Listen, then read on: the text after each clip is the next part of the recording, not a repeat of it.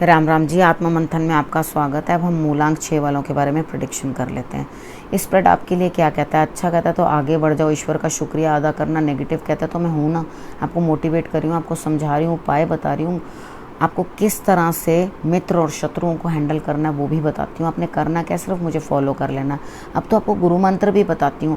और तो और आपके लिए एक चीज़ आई है, अब आपके लिए लकी विनर जो भी होगा, यानी कि जो लोग भी मुझे सब्सक्राइब कर चुके हैं और उसके बाद मुझे कमेंट्स करते हैं रेगुलर, उन लोगों के लिए ये ऑफ़र कि आप लोगों के लिए फ्री, ठीक है, फ्री तो कुछ भी नहीं होता है इस दुनिया में, हमें एनर्जी एक्सचेंज करनी है, ठीक है। आपके लिए जो भी मैं कार्ड रीडिंग करती हूँ, मैं आपसे कुछ चार्जेस नहीं ले रही, लेकिन आप नेक्स्ट किसी के लिए भी कुछ भी कर सकते हैं, ठीक है। वो चीज़ ये होती है कि आप किसी की हेल्प करेंगे तो डेफिनेटली वो एनर्जी जो है वहाँ पे यूटिलाइज हो जाती है, ठीक।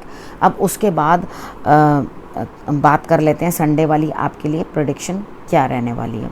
देखिए, संडे वाले दिन मुझे ऐसा लगता है यहाँ पे कुछ ना कुछ नेगेटिविटी का एंड हो रहा है। जीवन साथी के साथ बातें शेयर कर सकते हैं और आप उनके साथ जो है बातें अच्छी तरह से कर सकते हैं। कुछ नेगेटिविटी एंड होती हुई दिखाई देती है और नई शुरुआत, ठीक है। अब मंडे की बात करते हैं। मंडे वाले दिन भी मुझे ऐसा लगता है कि आपको कुछ ना कुछ लाभ होता हुआ दिखाई दे रहा है।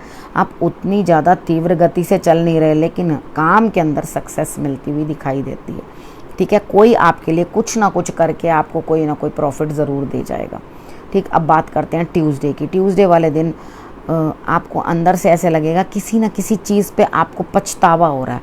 अब ये पछतावा जॉब चले जाने का है, या कुछ लॉस हो जाने का है, या कुछ रिलेशनशिप्स में दूरी हो जाने का है, तो आपको अंदर ही अंदर किसी ना किसी चीज़ का बहुत पछतावा है, ठीक है।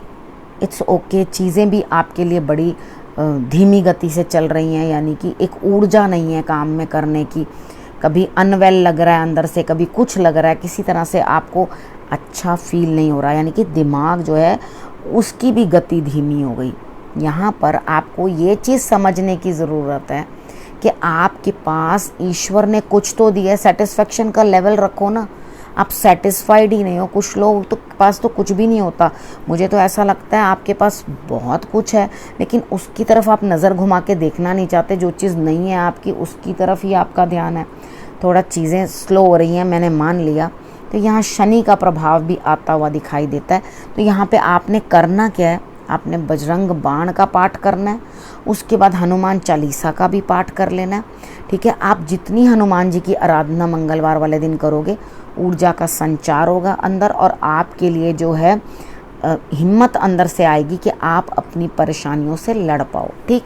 अब बात कर लेते हैं वेडनेसडे की। वेडनेसडे वाले दिन मुझे ऐसा लगता है यहाँ कहीं ना कहीं कुछ ना कुछ आप इस तरह की परेशानी में हो कि आपके लिए स्थितियां जो हैं इस तरह की बनी हुई हैं कि आपके पास एक स्थिति तो मजबूत है, लेकिन किसी की दिल में बहुत याद आ रही है, परेशान हो, वो आपसे बहुत दूर है।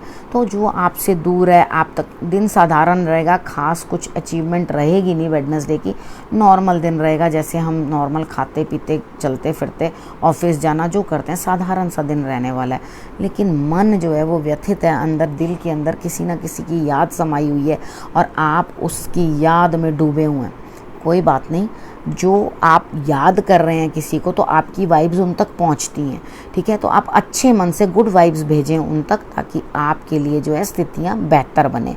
लेकिन यहाँ आपका मन इस चीज़ में भी उलझा हुआ है कि आप कुछ अब्रॉड से कुछ रिसीव करना चाहते हैं, कि कुछ अब्रॉड से, दूर जगह से मुझे कुछ ना कुछ रिसीव हो, ठीक है। तो यहाँ पे मुझे अभी इस चीज़ के अंदर कुछ रिजल्ट्स दिखाई नहीं देते। तो हम बात कर लेते हैं थर्सडे की। थर्सडे वाले दिन मुझे ऐसा लगता है यहाँ पे स्थिति जो है आपके लिए बहुत मुश्किल से आपको कुछ अचीवमेंट होगी।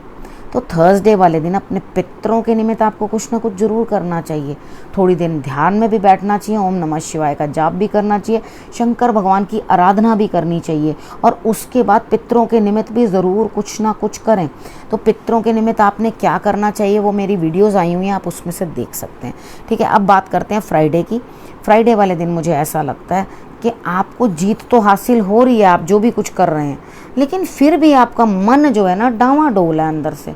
आपका मन एक जगह स्थिर नहीं है। ओहो नहीं नहीं मैं तो ये कर लेता हूँ, ओहो नहीं तो मैं तो वो कर लेता हूँ।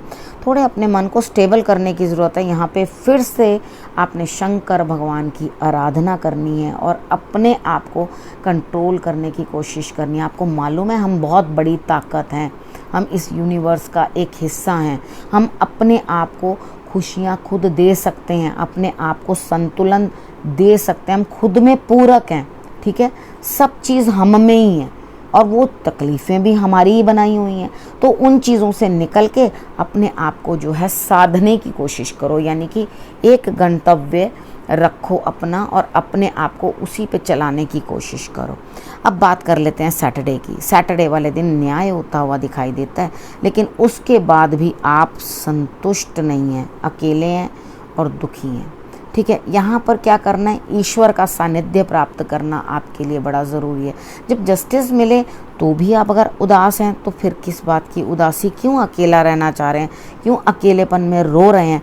तो यहाँ अपने मन को साधने की कोशिश करो और जो चीज़ें रह गई हैं ना उन्हें कंप्लीट करने की कोशिश करो, ठीक है। अब बात कर लेते हैं गुरु मंत्र की, लेकिन उससे पहले मैं आपको बता देती हूँ नवरात्रों में 26 को जो है नया बैच शुरू होने वाला है, जिसके अंदर टैरो रीडिंग सिखाई जाएगी। जो लोग एनरोल करना चाहते हैं, मेरे नंबर फ्लैश होते हैं, तो आपने क्या करना है, मेरे नंबर के ऊपर व्हाट्सएप कर लेना है और उसके बाद मेरी टीम आपको टाइम देगी, आपसे कांटेक्ट कर लेगी, आपसे बात करेगी और आपको सारी क्वेरीज जो हैं आपकी एक्सप्लेन कर देंगी, ठीक है। तो आपको करना क्या है, आपने एनरोल होना है और तुरंत करना है व्हाट्सएप, ठीक। अब यहाँ पर बात कर लेते हैं गुरु मंत्र की। यहाँ पर ऐसा दिखाई देता है मुझे कि आपके लिए बैलेंस नहीं है चीज़ों के अंदर, यानी कि तालमेल नहीं बना पा रहे, ठीक है। और उसके बाद जो अच्छाई है चीज़ों में, जैसे कुछ लोग होते हैं ना सिर्फ हर चीज़ में से नेगेटिव ही चीज़ देखने की कोशिश करते हैं, संतोषी नहीं है। तो हर चीज़ में बुराई बुराई बुराई देखनी बंद करो, हर चीज़ में अच्छाई देखो। जो किया ईश्वर ने ये बढ़िया किया होगा मेरे लिए, भगवान ने, इसी में मेरी भलाई छुपी होगी।